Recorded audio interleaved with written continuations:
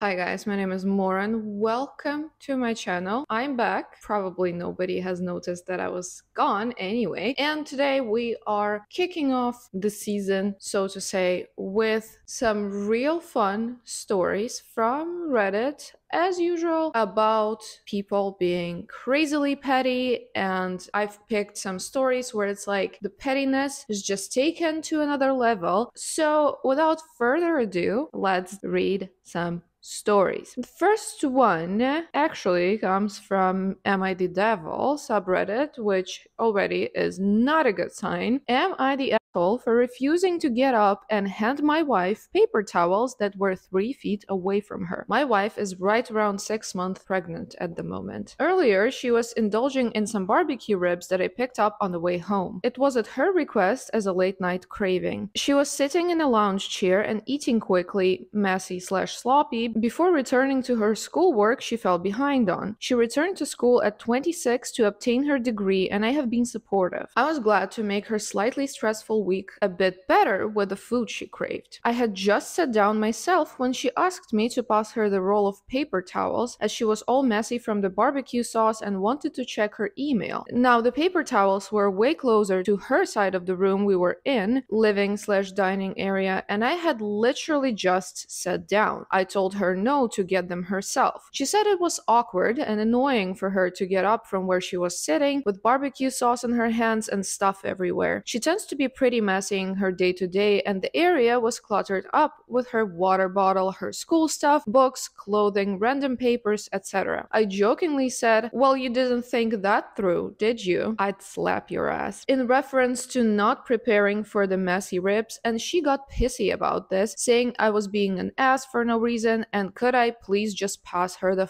paper towels. I was annoyed at this point, so I again said no. They're closer to you. I just sat down, get them yourself. I added, maybe a bit too harshly, "You're pregnant, not disabled." Classy. So when she got up, it was a bit too quick and she bumped the table with all her crap precariously piled on it. With this, her cup of hot chocolate that she made hours before had spilled over the basket of clean laundry she had folded and left next to the chair, including my white work shirt, which was on the top of the pile. She immediately started crying and we ended up arguing. She insists it was my fault for not taking 2 seconds to get up and pass her the paper towel. I suspect it's partially a hormonal reaction on her end. Men blaming everything on hormones is just the best. Though I admit this all could have been avoided if I just got her the paper towel, I still do not think it is my fault, nor am I the asshole. I pointed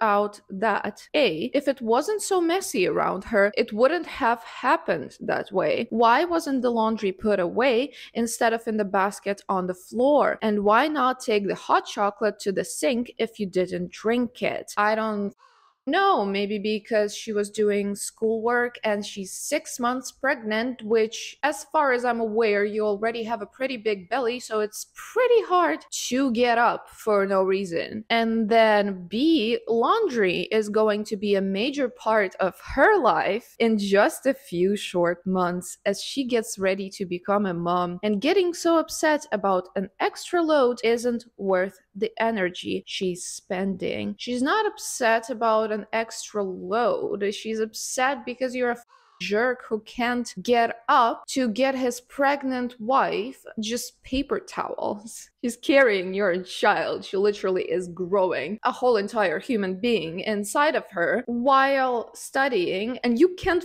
be asked to get up for paper towels. What a man. What a catch. Especially with a new baby and with school, she needs to be better organized and aware. I still think this is mostly due to her mess and being frustrated when she got up and knocked over the stuff. She says I'm the asshole for prioritizing sitting down over being supportive of her needs. Am I the asshole? And before I start ranting about what a huge dick he is, I want to also read you the comment of OPs that somebody very conveniently put on top. It is, "To be fair, I work a minimum of 45 to 50 hours a week, and while she's currently in school full-time, most of the courses are online from home, and she only works part-time. So she just naturally has more time for it. So like you work a little bit longer than just any normal person's workload, and she is full-time in school, which is for a lot of people already too overwhelming. And she works part-time, and she's also very pregnant. And in this warped universe, somehow she's the one who naturally has more time to do it. Oh my god, I would divorce your ass. Like, I'm not saying that men should do every single thing when their wife is pregnant, but be a little considerate. And this whole thing with you're pregnant but not disabled is such a wild thing to say, because yes, it's not the same thing, obviously, but being pregnant is very hard. I don't know how women do that. It's crazy to me. And she just asked you for a paper towel. What is going to happen when she's in labor and she's going to ask you something way more difficult? I hate the way he disrespects her time and disrespects all that she does, because she must be way more tired than he is, considering the workload that they both have. Whatever the case, asshole, huge asshole. Anyway,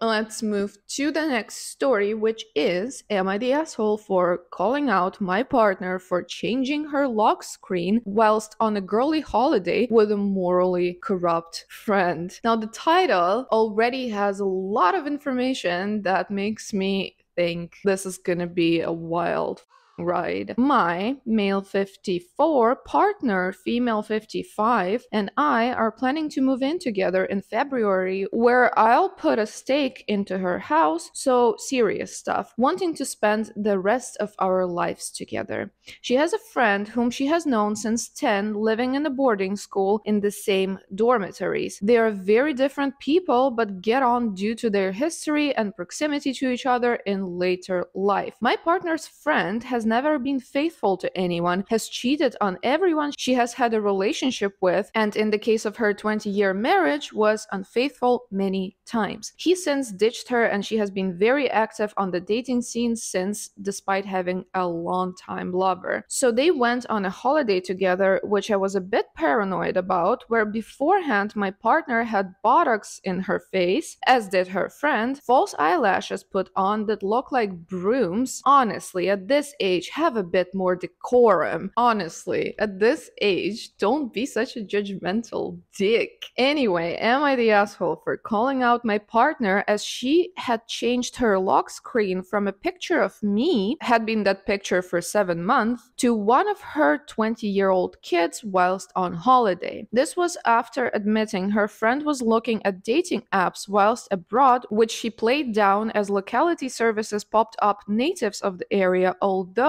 it would have also popped up the same nationality as her that was visiting the island too. Her friend is addicted to dating apps. You're so rambly, it's very hard to understand. My partner says she can't remember changing her lock screen, to which I said timing sucks and it's not something you can do accidentally on an iPhone. What? I literally change my wallpaper on an iPhone accidentally 3 to 4 times a week, because there's this weird carousel that just pops up, and if you swipe like in a weird way, it just changes your wallpaper to something that was before that. So like, you absolutely can do that. Anyway, she just says she can't remember doing it. In her defense, she kept the lock screen for weeks before she changed it back, when you'd think she would have changed it back on the flight back. She really isn't that stupid. Am I the asshole for calling her out? Now, little things like these, petty issues, can be a very good indicator of what kind of person you're dealing with. And I really hope that this woman will understand that she's dealing with a controlling, unreasonable person that is very judgmental, that for some reason thinks she's gonna cheat on him because she has a friend who has a history of cheating. That is like a very strange conclusion. Generally, this is ridiculous, because when I first read this, I was like, I don't even see the logical connection. But then it clicked. So this dude thinks his woman and her friend went on a holiday and then decided to get dicked down by all of the people in the area and foreign travelers. So that's why the woman changed her lock screen so that presumably other lovers cannot see that she has a man, and then she would have changed it back if she did it intentionally to cheat on him. Now, you see, like, for me, it's problematic to do this like chain because, well, I'm not crazy. So my mind would never even go there. What is this logic? I am just very, very confused. So, absolute asshole, I don't even know what to say. And I am very scared to think what goes on in their daily life, because if he can make that into a problem, then they sure must have a lot of disagreements over a lot of different things. Yikes. Now, to a lighter note, but still super petty. Am I the asshole for not telling my girlfriend that the gem I gave her was fake? I, 26 male, have fake gems made of glass on my desk for decoration. They all look real, and my girlfriend saw them and asked me if she could have one. Not really thinking about it, I said yes, and we went on with our night. When she left, she took one of the gems with her, and a few hours later, she called me to yell at me for not telling her the gems were fake. I asked her why it mattered, and she said she tried to sell it and the buyer told her it was fake. I told her I didn't think she would sell it, so I didn't think to tell her it was fake, but she called me an asshole anyway. So, am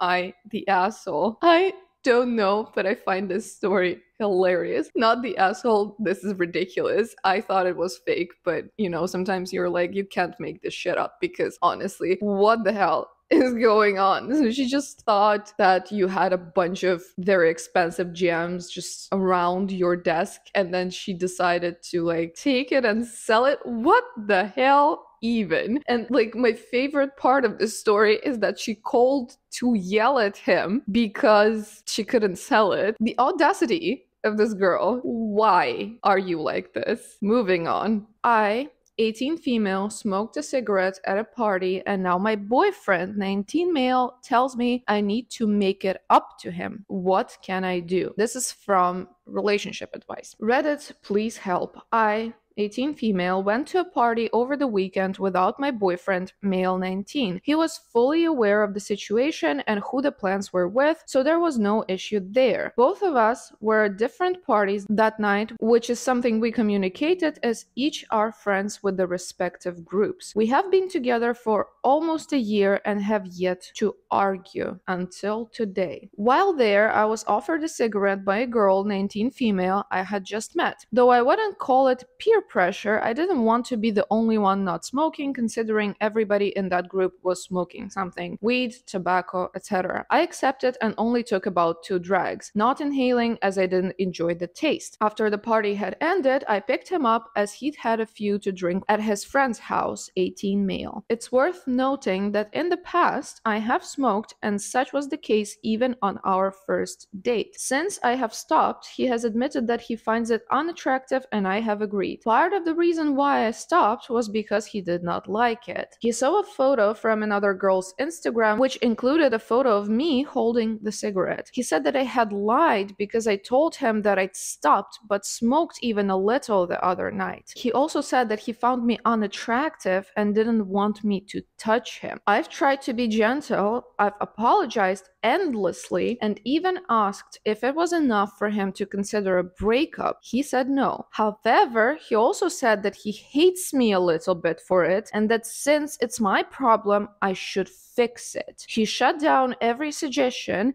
and said that I need to come up with something. I don't think just giving it time will suffice, and he seems deaf to listening to any other explanation. Please, what can I do? You can leave this piece of trash. That's all I'm saying. This is a huge red flag because this is a sign of controlling behavior mixed with emotional manipulation, and he's playing you like a child and he's treating you like a child even though he's the one who is being very infantile in this scenario. You don't owe him anything, you didn't do anything that terrible, and to say to you that he hates you a little bit for like smoking a cigarette, doesn't even matter like if you took a few drags or if you smoked a whole entire pack. You can do whatever the you want. You didn't have explicit boundaries about that. It's not like he said to you that I can't even sit in the same car with you if you smoked because I can't stand the smell or whatever, right? You just quit and that's it. If he doesn't like it, he has the right not to like it, obviously. But like there is a very big difference between saying, hey, I don't really like that when you go out with your friends, you smoke. Okay, saying that he's unattracted to you now and that you have to make it up to him. This is manipulation and basically just putting pressure on you for no fuck. So ditch this human being before things get worse, because people who are capable of behaving like this usually only get worse. So now the next story is sort of kind of hilarious, but in a very baffling way. Am I the asshole for not returning a gift my brother-in-law bought for my daughter because my sister wants it for her child? My 31 female daughter, Maddie, just turned 4. We had a family birthday party for her, including my mom, stepdad, sister Liv, her husband Steven, their 5-year-old Kelly, and my brother Jay. We were all except Steven staying at our place overnight, but Steven had a family event the night before, so came to the day of the party. When he arrived, he brought Maddie's birthday present, which was one of those motorized ride-on cars. Liv didn't say anything, but she was quite clearly surprised, but I didn't take it too seriously because she did say she'd left Steven in charge of the presents since he has the more flexible schedule, so I assumed she just didn't know what he got. I also noticed Kelly was upset and wanted to play with the car a lot. 2 days ago, I got a call from Liv asking me if I could return the car to them as Kelly really wanted it. I thought this was way out of line to ask and said no. Liv is now saying that I'm the asshole since I could easily afford to buy another one for Maddie, but she and Steven can't. Not OP's problem. I could buy another one, but it was Maddie's gift. I think it's absurd she's asking for it back. My parents say since it's causing issues, I should just give it back or gift Kelly one also, but I think this whole thing is just ridiculous. Am I the asshole? Not even a little bit. I like to say that with gifts, the second the gift left your possession, you have no claim over it. It's none of your business what a person does with it. You cannot demand it back because you gave it as a gift. And the point of the gift is that you give it away. Okay, so your husband bought this for his niece or whatever she is to him. I'm not sure. And that's it. Considering that she's trying to take it away from another child, what does she expect to happen? Does she think her sister will come up to her daughter and be like, hey, sweetie, I know you love this present that they gave you, but your cousin really, really wants it, so I'm taking it away from you. What the actual But anyway, not the asshole. Let's see the last story I have for you today, and it is actually from Petty Revenge, My Idiot Racist Neighbors and the Petty Revenge Before We Moved. We once had neighbors that from the day we moved in absolutely hated us. We never even met them, but they made our lives hell in every way they could. We had moved to that area, putting my grad school and our big life plans on hold to look after my mother-in-law, who had stage 4 cancer, so it was already a crappy reason to move, and we hated the area. Rural California is very yeehaw in a bad way, if you know what I mean. The neighbors were garbage people and just awful to us. They never did anything illegal per se, but every petty thing you can think of to make our lives shitty, they did. For example, our water hose was on their lawn after I watered my roses by about 2 inches. It was coiled mostly on our side, but I wasn't done watering and just stepped into the house for a few minutes for a lunch break. While I was inside, they cut the 2 inches off it that was on their property and threw it in our yard, but left the rest of the hose that was on our side. Absurdly petty. They had never even met us or spoken to us. Finally, after about 2 years of this, I was talking with my across the street neighbor about it, and she told me they were treating us that way because they thought we were illegals. Wow. I'm Native American and my spouse is Hispanic, but they thought we were both Mexican. I asked her why they thought we were from Mexico, and she said before we moved in, some of our forwarded mail accidentally ended up in their box and it had your Mexican address on it. New